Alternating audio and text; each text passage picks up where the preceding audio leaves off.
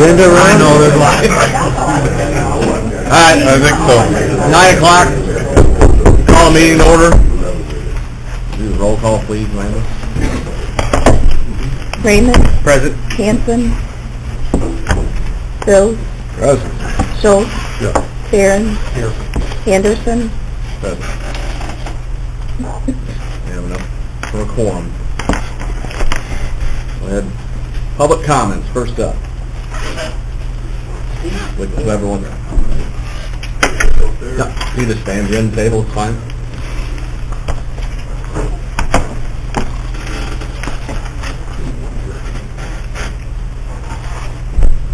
My name is Steve Pinkston. I'm a proud member of Labor's Local 751.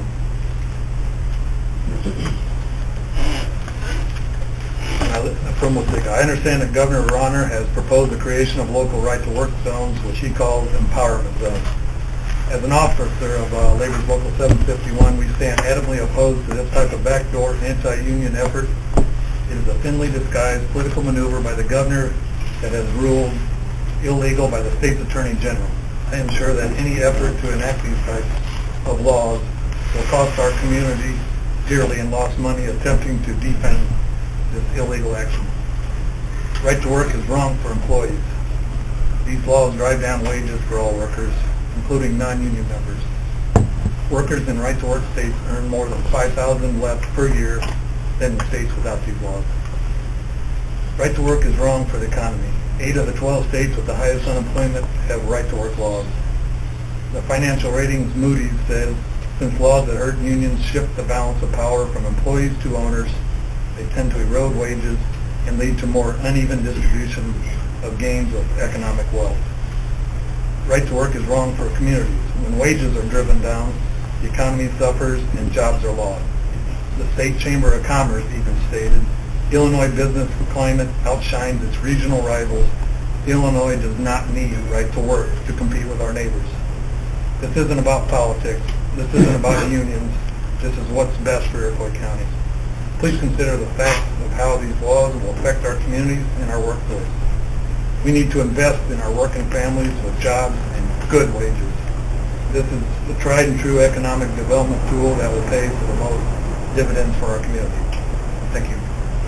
Thank you. Thank you. I'm Michael Smith. I'm the business manager at Labor's Local 751, and I'm also the president of the Kankakee Federation of Labor. I see on your agenda you have the right to work proposal from the governor. I gave you a copy of the opinion of the Lisa Madigan, our Attorney General, who says that not only is the right to work zones illegal, but the changing and manipulating of prevailing wage is illegal for counties and municipalities. So I would urge you to not consider this illegal resolution and let it die. All this is a race to the bottom. It hurts not only union people, but it hurts non-union people, because as our wage and threshold comes up, it floats all boats, because the non-union tries to keep up so that their places don't become unionized. So I would urge you to reject this and look at the opinion of the Attorney General.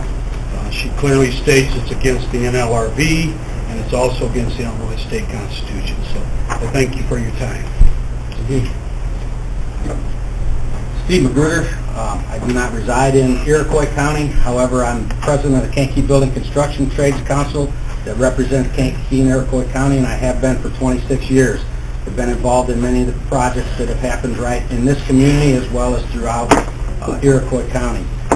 I too stand in opposition to the resolution that you have before you, and I hope you take deep consideration in your approval or wherever you might go with that. Right to work is wrong for workers, it's wrong for the economy, and it's wrong for this community, it's wrong for Watsika, it's wrong for Iroquois County. As Mr. Smith alluded, it is a race to the bottom, and we've represented workers down here for many years. Many of them that could be sons, daughters, or your own family members and friends, and it will be a detrimental blow to this community. It will be a detrimental blow to the state of Illinois. Thank you. Anybody else? Public comments? Go ahead. Susan Begovish, President of Local 2012, the SNE Council 31, Iroquois County. I must say that if it weren't for the union, I wouldn't be standing here, because my first supervisor had gotten rid of me and a couple others, and the union has always helped. We're very proud to do this. Several years ago, we did furlough days and contributed in years where the county had to borrow money to pay it. When we went to vote on those furlough days the first time, the union, it was a battle within the union,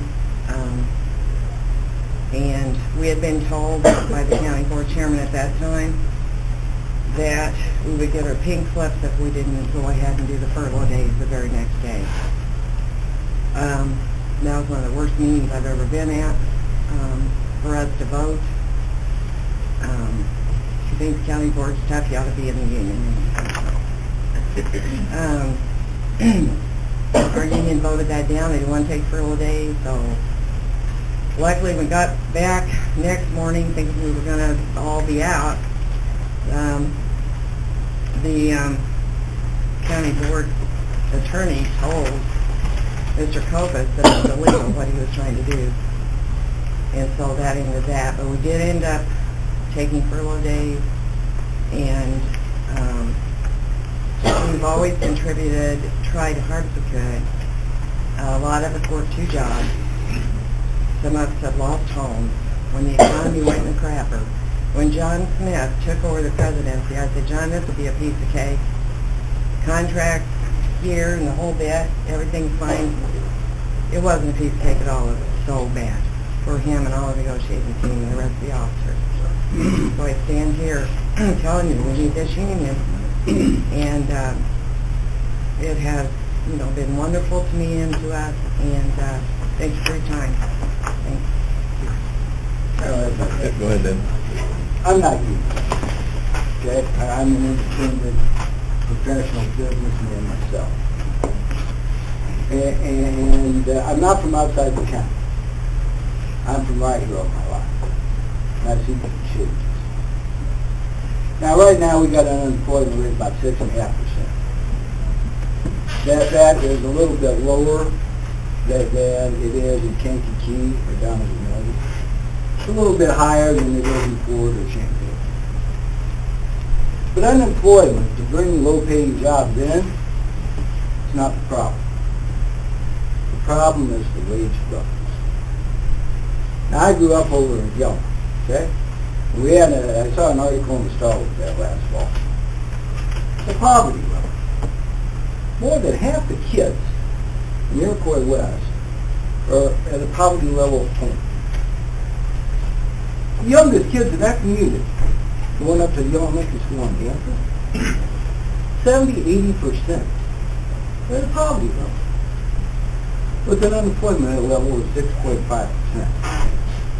That's not welfare. That's low wages. That's what it's about, whether it's getting rid of the right to work. It's low-wage jobs. It's competing with those sweatshops overseas. You shouldn't do that. That is going the wrong direction. When we lost union jobs here, with York and other places closing, that was a great loss. We've lost a lot of our businesses, the small middle class of our communities with Walmarts and shopping malls. We don't have all the farmers we used to. They've gotten bigger and bigger. We've lost the middle class. What we need to shoot for is good middle class jobs, wherever those might come from. But again, you can't reach to the bottom. That exacerbates the problem. It means more people that can't maintain their homes. It means finding property values. It means less revenue dollars for you. Don't give in to it. Stand firm, have pride, go for the good jobs to develop the community. You might even increase your tax base by adding some windmills. Okay? And using that to build better schools to draw good people in. You might even compete with those guys from Kankakee and put in a trash disposal place up at the north end of the county. There's lots of things you can do to generate revenue that maybe you haven't done. But competing with these sweatshops is not the way to go. Thank you all. I'm John Willard. We're a couple of different hats when we're at. My passion is welding. I'm the district director for the American Welding Society, and part of the job that I do with that group is to represent welders throughout northern Illinois, everything from Wisconsin and also part of the state of Indiana. We have about 4 or 5 counties over in the state of Indiana in the northwest corner there. What we do is to train and provide good working certified welders for the industry, whatever industry you're in, whether you're union or non-union. And the only way that we can entice people to pick welding as a trade is if there's something other than poverty in it for them. They're not going to be welders. They're not going to go study for, 4 or 5 years is just is typical for how long it takes to learn that trade and learn it well, to where you're an asset to an industry, or an asset to an employer or to a union or anybody else. So from the perspective of the Welding Society, driving down those wages to where welders are not going to live a decent life and get to eat steak once a week and take their family on vacation, it's just wrong that people would want that for someone else. I mean, we got young people getting out of high school that are looking for a decent life, and they're not going to get it by driving wages down. They're only going to get it by holding the line on wages and respecting the hard work that they put into their future and their careers. And you're not going to draw in good industry unless you've got well-trained people. So over at KCC, I also work over there, and this is some of our students from Highway Construction Careers Training Program. Those folks are looking forward to a decent career. And if you pass this legislation or an ordinance that's going to drive down the wages, you're just taking away from them the same thing that you have. It's not right, it's not fair, and you shouldn't do it. I'd like to say something. Okay? Retired carpenter, right? Been doing this for 45 years. I get up in the morning, all you people work for a living, okay? We've all worked for a living, all right? I get up in the morning, I don't have to worry about what I do all day, where I go all day. I have a good existence where I'm living right now, retired carpenter, okay? But I paid for that out of my wages, and I couldn't do that with $8 an hour, right? I go to Walmart, I don't see how these people can. I spend $100 just on beer, man. How do they do it? And these people are working 2 jobs. I see a woman with 2 kids and a shopping cart full. I know, where's the money coming from? And if you guys drop the minimum wage, I'm betting you don't make no $8 an hour. Okay, I got to sit down now. You have a nice day. Could we have your name, please? Thomas Solostro. Thank you. You're welcome. I'd like to say something. I'm a retired state of Illinois employee, and I worked hard for the benefits that I got. I don't know if you people, how versed you are on history, but if you remember if you know anything about how things were back at 1900, how things were before unions were around, you don't want that.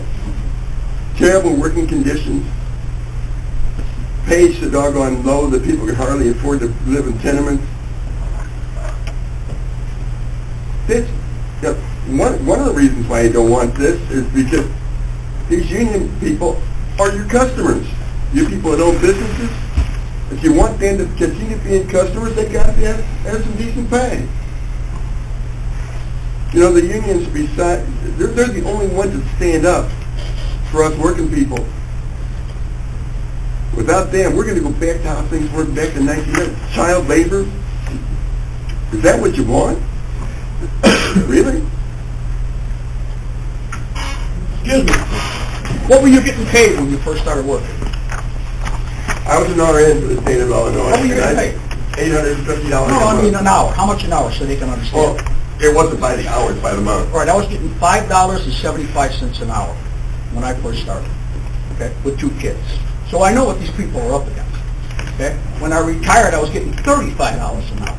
But like they all say, that set the precedence, because then the non-union said, man, this guy's getting 35, we can't give our people 20, but at least 22, you know, or they're going to go union, all right? Think about it. Make sure you get your name on the docket, Don. Could we have your name? Oh, my name's Donald Price. Thank you. Sorry. Any other public comment? Real quick. Yep, go ahead.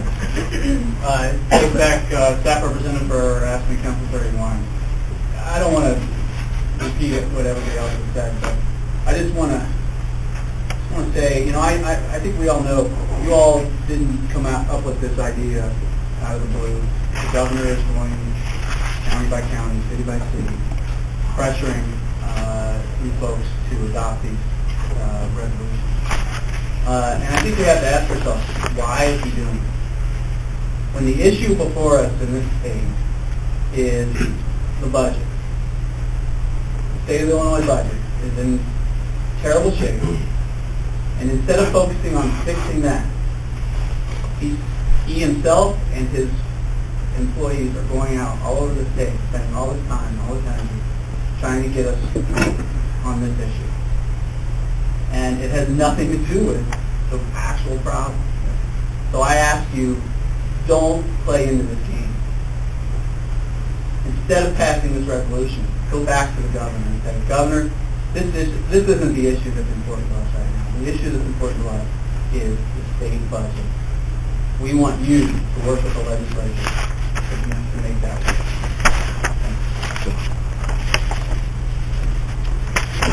Any other public comment? I'm with the Dakota Regional Council of Carpenters, Joe Ohio guys, and all these people who want right to work always talk about training people for jobs. The unions are about the only places that give a free education out to apprentices. They go 4 years, they may pay minimal fee, but when they come out, they got the equivalent, probably better than a Bachelor of Science degree, because they actually have a trade and a talent and a work ethic when they come out. Instead of spending $300,000 or $100,000 a year to go to college or through college, they've made that. They've contributed to the union or to the economy. We put guys out there that want to work.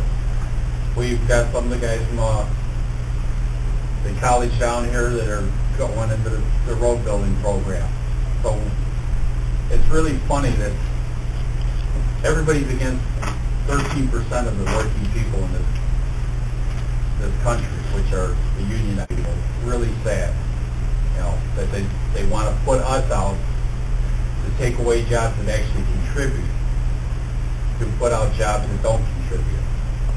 You know, it's very sad. And Ronner was up in McHenry. He's all over the place. You know, he's so great with people. He's got veterans that he talks about.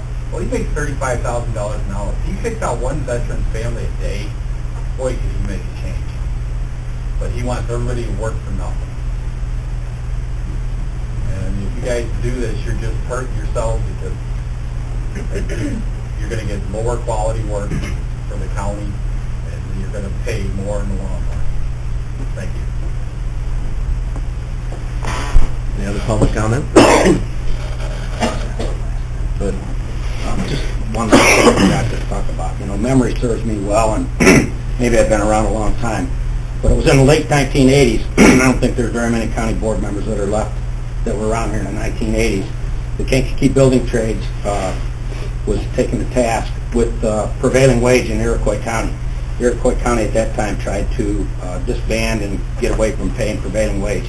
I will tell you they wasted a lot of taxpayer money, a lot of people's time, and they still lost that case, and prevailing wage still prevails today.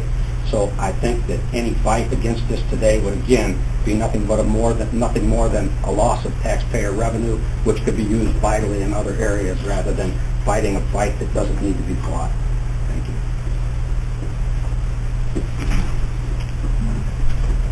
Any other public comment? P.J. McCullough, and I'm a resident of Iroquois County. I'm a farmer in Iroquois County. I'm a voter in Iroquois County. And the right to work law is wrong for Iroquois County. When we had strong unions in Iroquois County. I was alive, but I wasn't conscious to speak of back in the 70s. We had a lot better county than we do today. I think I could probably say there's a lot of us a lot of you on the county board that are my age. Russell Bills remembers what it was like when UARCO was strong, when UARCO was going good. You remember how good your business was back in those days. I work at McCullough Implement as a salesman, and I'll tell you what, it's awful hard for me to sell a $14,000 lawnmower to somebody that makes $9 an hour. You got it. They can't do it. They can't buy a $40,000 motorcycle either. You know, we had a guy that was on that got hurt at work. He was on workers' compensation for 6 months last year. He got his pay every week from the insurance company. He got his medical bills paid every week from the insurance company, and he got a settlement because he now has when he broke his leg, he's got pins and those kinds of things in it. He got a 50, 60, whatever it was, $1,000 settlement from the insurance company. Didn't cost McCullough Implement a dime. We pay for that in our insurance prices every year, every week, every month. If we change workers' compensation to the point where the employer is now liable for those kinds of things, that would be a problem. If we change prevailing wage so that the people that are union or are not union in Iroquois County, they're doing road work and teachers and those kinds of, if they can't afford to buy products from local small businesses, have we helped things or have we hurt things? I know Russell would rather sell a bunch of lawnmowers to local people than people out of Chicago. I would rather sell lawnmowers to people from Iroquois County than people from Kankakee and Ford County, Champaign County. Because if we can keep those jobs local, we can keep those machines local, and everybody does that. So, thank you very much. Any other public comment? Can I just say one thing else? We just had an election, and we had new public servants come into office. How can a public servant even think the very minute he gets into office he can start doing illegal things? Now, we've been told that having these zones, we've been told by our Attorney General that that's illegal. How dare they? How dare these public officials think? What kind of example are they putting out? If they aren't following the law, what are our young people supposed to think? That they can go ahead and do illegal things too? Thank you. Last call, public comment. None. Committee chair report.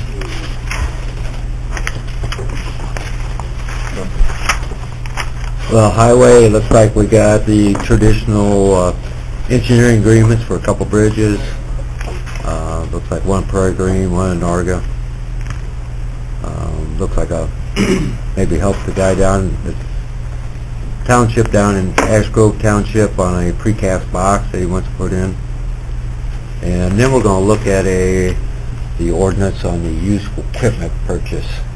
We have a new updated version from the state's attorney that apparently the state's attorney and the auditor, everybody seems to come together on. So we'll take a look at it and see. Okay. Wild management. We'll discuss the waterway issue on the farm, get an FSA update, have regular supervisory reports. Going to get an update on the boiler. The engineer's going to be there, and we should be able to let that for bid. And then we'll talk about the glycol removal and the repiping of that a little bit in the boiler room. And we may be able to get that out for bid. We got the parking lot resurfacing. Hopefully we'll have an update on the roof project, an update on the generator for the jail and the water lines for the jail. And that should be it.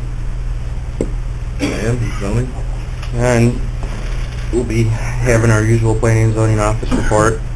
And there'll be a discussion on HB 3523, which is known as the Wind Energy Facility Construction and Deconstruction Act. After that, we'll move on to the subdivision ordinance revisions and the zoning board of appeals decision on that. Then we'll move on to the wind tower ordinance revision and the zoning board of appeals decision on that. That's all for now.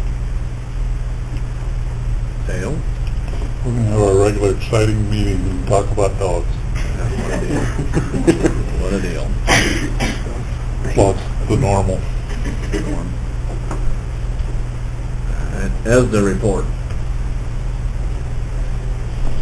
Folks, this month I've attended a few more local jurisdictional meetings, gave my participation there. I've taken another online course mandated by the state. Went to a regional meeting for annual Region 7. I brought the chairman along with me. Thanks for coming. Hope you got some good out of it. The new Iroquois County LAPC, or Local Emergency Planning Committee, has started up. We had our first meeting on March 5th, and our second meeting will be today at 2 o'clock down the EOC in the basement of the courthouse. Public meeting, so it's open if anybody wants to come. On that note, we applied for the HMEP grant. This is a grant that the county has previously always had.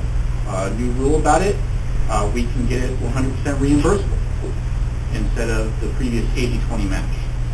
So I applied for it, and I'd like to ask the county to open up a line budget because the state cannot reimburse us individually directly. It has to reimburse the county, and reimburses the individuals that have to expend the money. I have a copy of the grant here.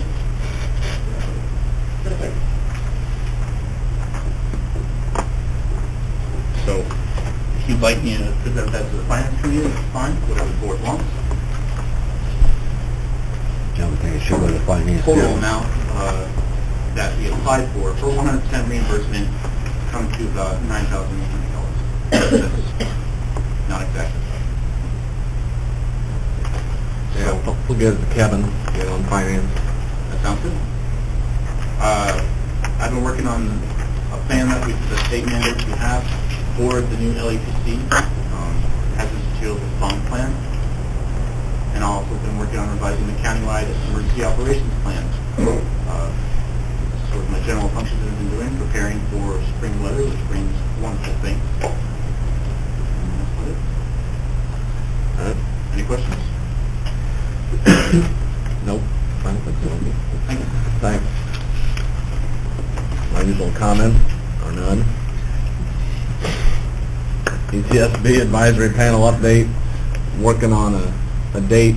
We got all players in place. Tonight is working on some numbers. Probably looking at 2 weeks for meeting date. Whenever it's set, whenever meeting is definitely by the county board, I'll let everybody know. Correspondence. I did have, going along with most of the public comments, a letter from Ryan Anderson, business manager. Anybody know which? Anderson? His last name's Anderson? Painters, yeah. Painters. Oh. Put that in everything else. It reads a lot like everything we heard. I can reread it, but that's kind of cool. There's no other correspondence. Claims. Literally plural, there's 2 of them. Take a look at those real quick.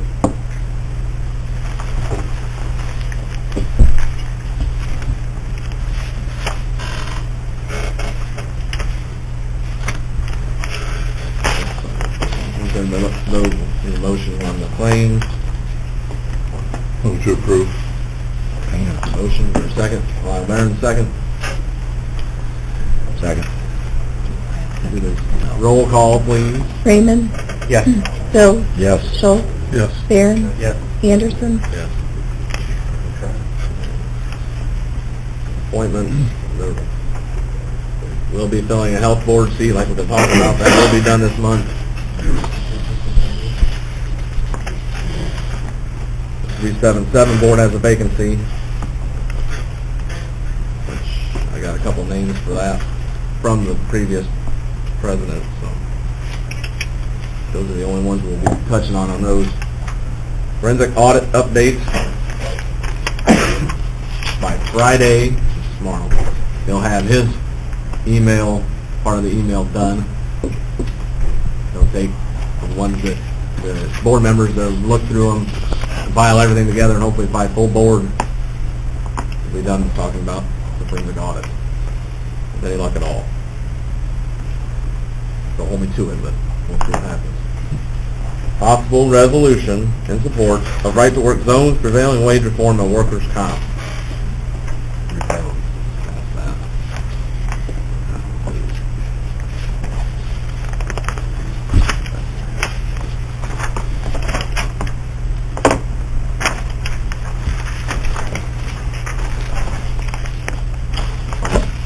Try to read it quick. It's just the page that UCCI sent to me here. I contacted them, they sent it to me. So, the turnaround agenda, local government empowerment and reform. Whereas, Illinois state law creates a one-size-fits-all approach to collective bargaining for local units of government. This approach creates added costs which are ultimately passed on to taxpayers. Whereas, voters and local officials should determine what is a subject of bargaining, not the state. Whereas local controlled bargaining would allow voters or local governments to determine if certain topics should be excluded from collective bargaining, including contracting, wages, provisions of health insurance, use of employee time, required levels of staffing, procedures and criteria for personnel evaluation, academic performance, conduct, and discipline in school. Whereas state law sets thresholds for workers on state and local construction projects, increasing costs significantly. Whereas state law has increased the utilization of project labor agreements for construction projects. Whereas repealing the Illinois prevailing wage law and the requirements for the project labor agreements would allow local governments more control over construction and project costs. Whereas more than 280 unfunded mandates have been imposed in recent years on communities across Illinois, costing those communities billions. Rolling back mandates will create more flexibility in local government budgets. Whereas Illinois workers' compensation costs are the 7th highest in the nation and more than double the cost in Indiana. Whereas updating how injuries are apportioned to ensure employers pay for injuries that occur on the job. A clarification regarding the definition of traveling employees to ensure a reasonable standard that excludes risks that would impact the general public, and implementation of American Medical Association guidelines when determining impairment would result in major cost savings for local government. Almost done. Whereas voters in our community should be allowed to decide via referendum whether or not employees should be forced to join a union or pay dues as a condition of employment. Whereas local empowerment zones will help attract jobs and make our community more attractive for businesses. Whereas local governments face unfunded liabilities that threaten core services and functions of government, state action on pension reform for future work should provide local governments the ability to address pension reform for future work as well. Exactly opposite of what we heard earlier. Summarize it. Again, it's on the agenda, possible resolution in support of the right-to-work zone, prevailing wage reform, and workers' comp reform. It wasn't going to be voted on today. It's a resolution that everybody just got handed today. We tried doing a couple of them a while back. It didn't work when you just handed somebody something. Didn't have a chance to read it or prepare for it. So. Does this mean that we would not have to have our lawn mowing through a apprentice program? Anybody have a comment on this part of it? Any part of it? The right to work zones, prevailing wage, or workers' comp reform? Again, it was not intent to vote on anything today. Just throw it out there and see what the feeling was of the board and the public. Yeah, it looks like the state government shooting each other over it, so we'll let them finish shooting each other over it. Any other comments? Obviously, I think if we're only talking about local governments, is that correct? It's not only county, but it includes townships and municipalities. Okay.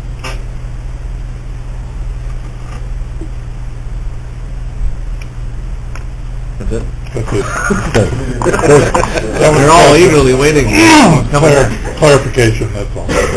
So, the state's working on putting something together, I take it, since this comes from the... I'm having a hard time hearing you, please.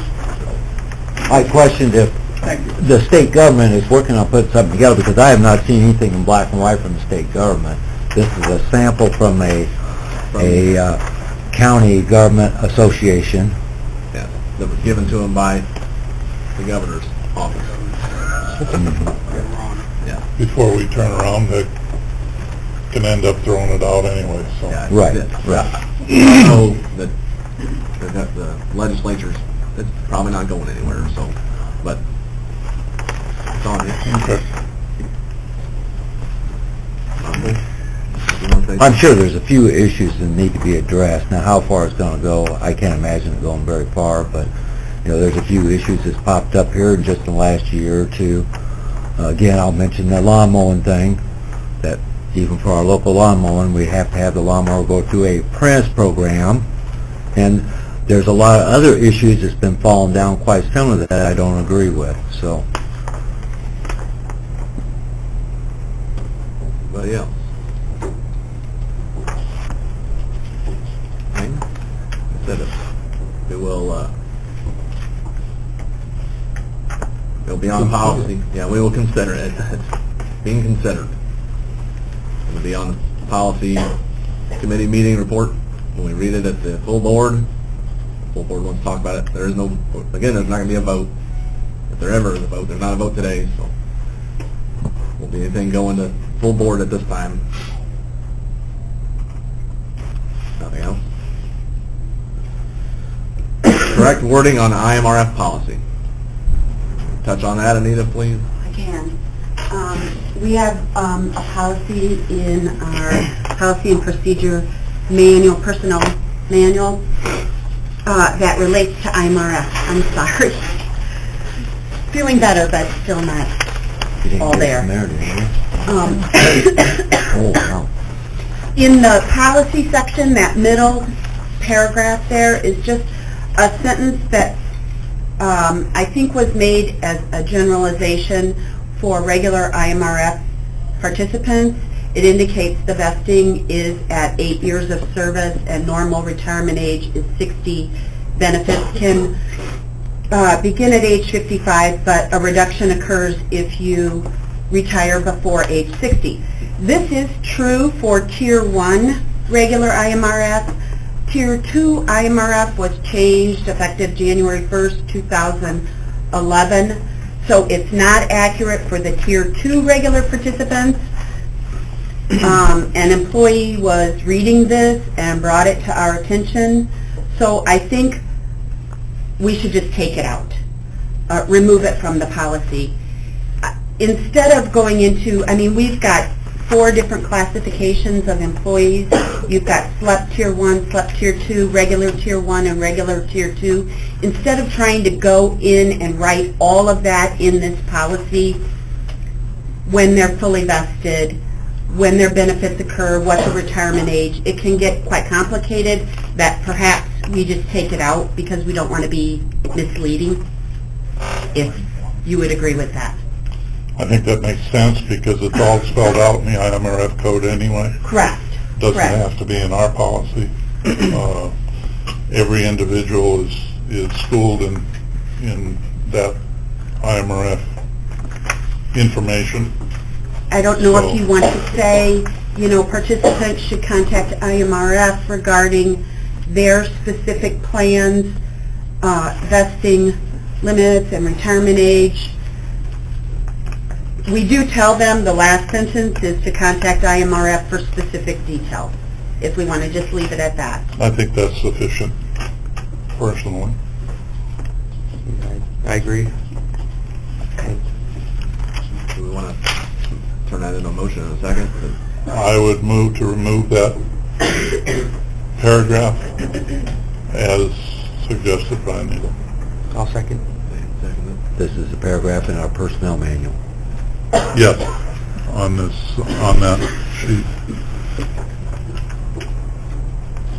The middle paragraph under policy. Any questions on this? Pretty straightforward. Yeah. Needs to be consistent with the RMF policy. It stays consistent, because if they make a change, we don't have to. Right. Raymond? Yes. Bill? Yes. Schultz? Yes. Barron? Yes. Anderson?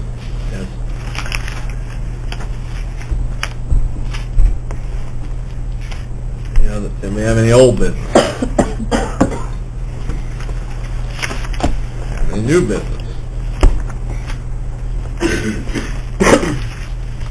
Motion to adjourn. So moved.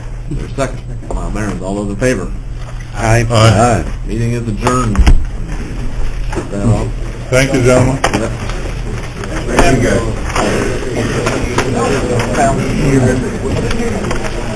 Excuse me.